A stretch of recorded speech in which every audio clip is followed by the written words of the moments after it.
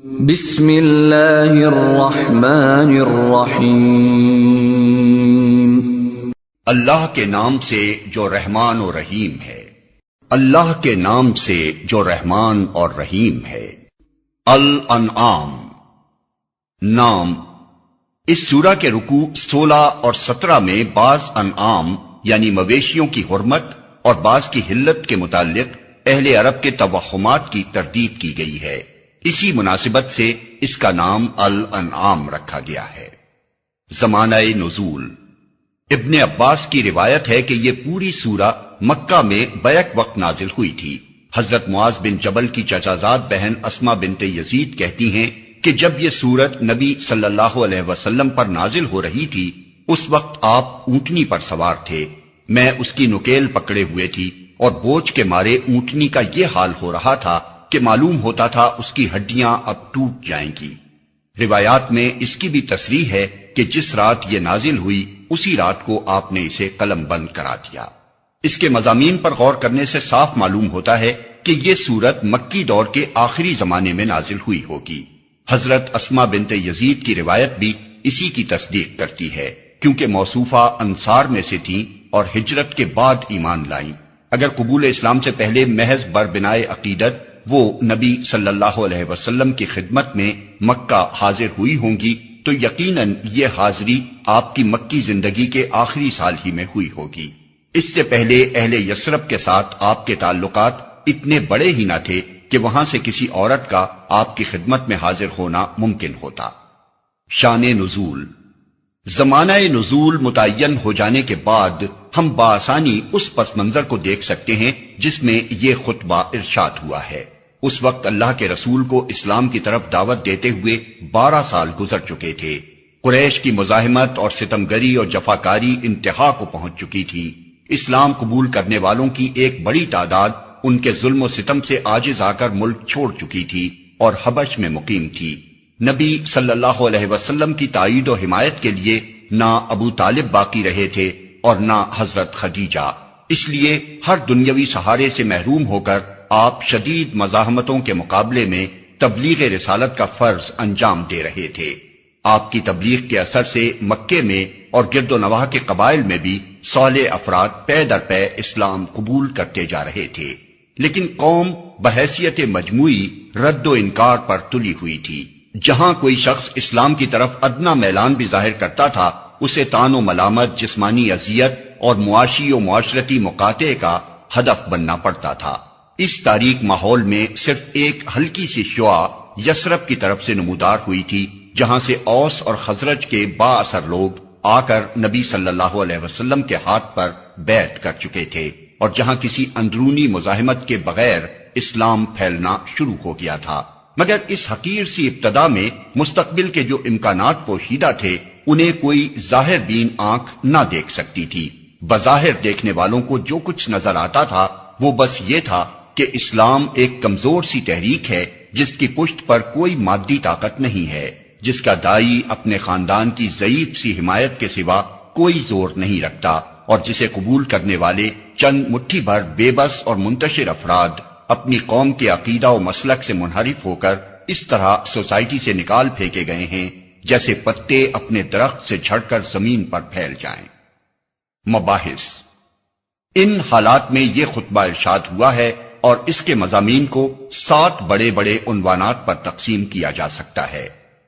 1. شرک کا ابطال اور عقیدہ توحید کی طرف دعوت۔ 2. عقیدہ آخرت کی تبلیغ اور اس غلط خیال کی تردید کہ زندگی جو کچھ ہے بس یہی دنیا کی زندگی ہے۔ 3.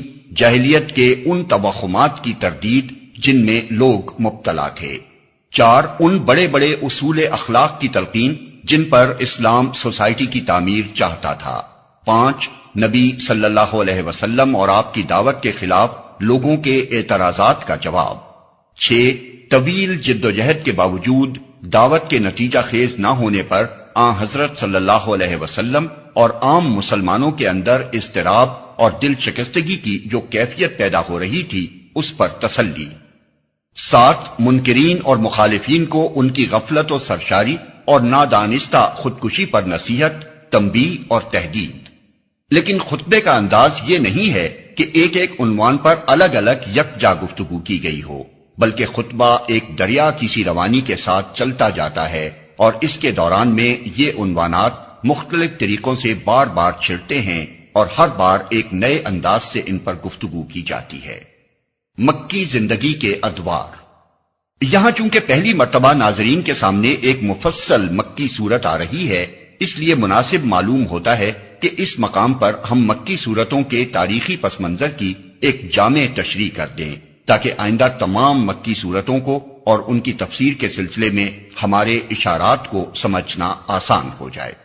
جہاں تک مدنی صورتوں کا تعلق ہے، ان میں سے تو قریب قریب ہر ایک کا زمانہ نزول معلوم ہے یا تھوڑی سی کاوش سے متعین کیا جا سکتا ہے، بلکہ ان کی تو بکثرت آیتوں کی انفرادی شان نزول تک معتبر روایات میں مل جاتی ہے، لیکن مکی صورتوں کے متعلق ہمارے پاس اتنے مفصل ذرائع معلومات موجود نہیں ہیں۔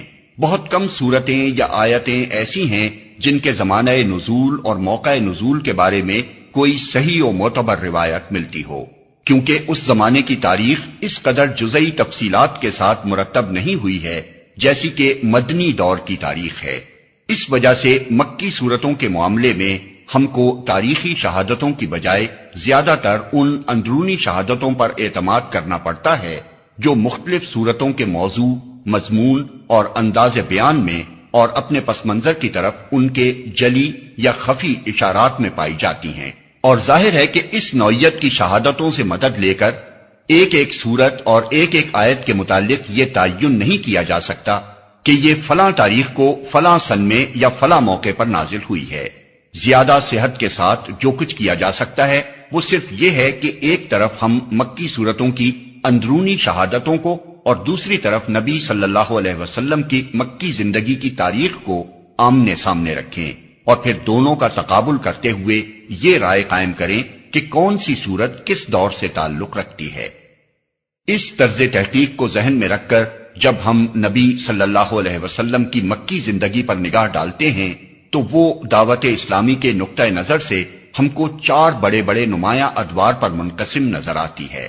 پہلا دور آغاز بعثت سے لے کر اعلان نبوت تک، تقریباً 3 سال، جس میں دعوت خفیہ طریقے سے خاص آدمیوں کو دی جا رہی تھی اور عام اہل مکہ کو اس کا علم نہ تھا۔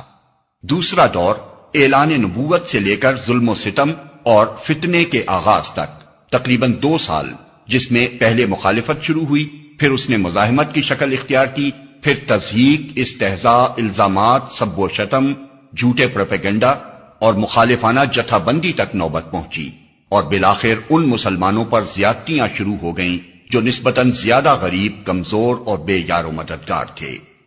تیسرا دور 5 نبوی سے لے کر ابو طالب اور حضرت خدیجہ کی وفات یعنی 10 نبوی تک، تقریباً 5-6 سال۔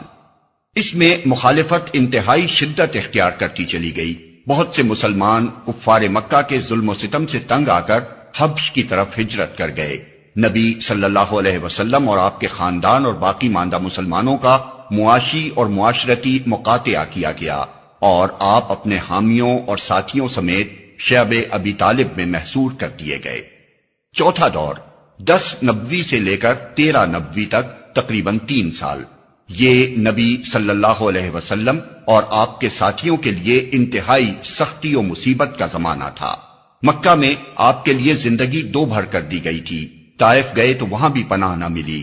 حج کے موقع پر عرب کے ایک ایک قبیلے سے آپ اپیل کرتے رہے کہ وہ آپ کی دعوت قبول کرے اور آپ کا ساتھ دے، مگر ہر طرف سے کوڑا جواب ہی ملتا رہا، اور ادھر اہل مکہ بار بار یہ مشورے کرتے رہے کہ آپ کو قتل کر دیں یا قید کر دیں یا اپنی بستی سے نکال دیں۔ آخر کار اللہ کے فضل سے انصار کے دل اسلام کے لیے کھل گئے اور ان کی دعوت پر آپ نے مدینہ کی طرف ہجرت فرمائی۔